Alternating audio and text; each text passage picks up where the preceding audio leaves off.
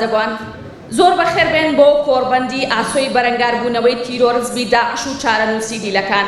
ئەمڕۆ لەم هۆڵە لە دوو پانێڵی گرنگ زۆر بە گرنگیەوە باز لە بەرەنگاربوونەوەی داعش و دیاریگرتنی چارەنووسی دیلە داعشەکان و خێزانەکانیان لە زیندانەکان و کەمپەکانی ڕۆژئاوای کوردستان دەکرێت بە بەشداری 6 پانێڵستی بەڕێز لە باشوور و ڕۆژئاوای کوردستان و عێراقەوە.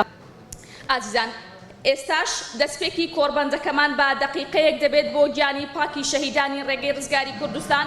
تکایە هەمووتان بفەرمون با دەقیقەیەک لە حزوری گیانی پاکی شەهیداندا بوەستین.